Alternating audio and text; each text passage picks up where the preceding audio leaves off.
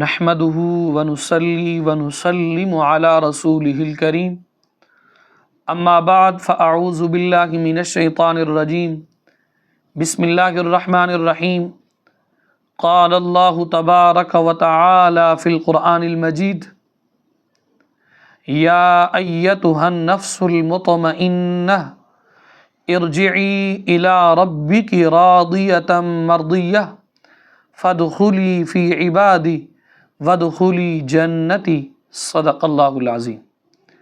سامعین و ناظرین، آج کے درس کے اندر ہماری گفتگو کا عنوان ہے اللہ عز و جل کی محبت حاصل کرنے کے اسباب۔ اللہ کی محبت کن ذرائع سے حاصل کی جائے؟ نمبر 1، اللہ عز و جل کی محبت کو حاصل کرنے کا سب سے پہلا اور اہم ذریعہ یہ ہے قرآن مجید کو تدبر یعنی غور و فکر کے ساتھ پڑھا جائے۔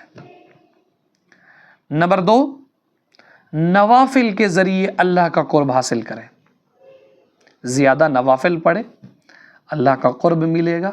نمبر 3، ہر حال میں زبان، دل اور عمل کے ساتھ اللہ عز و جل کے ذکر پر دوام کرنا، ہمیشگی اختیار کرنا۔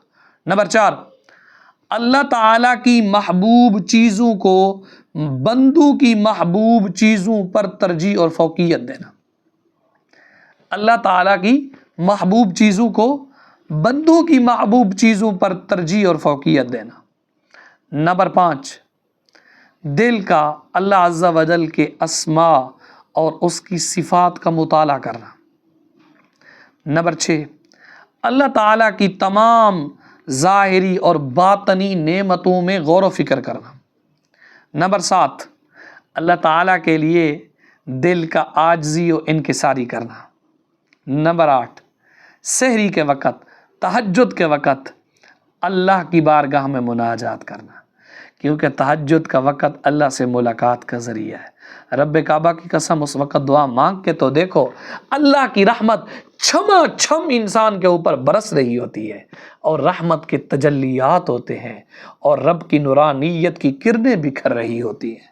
اور اسی طرح نمبر 9، اللہ کے محبوب اور سچے بندوں کی سنگت اختیار کرنا اور ان کی پاکیزہ گفتگو کو سننا۔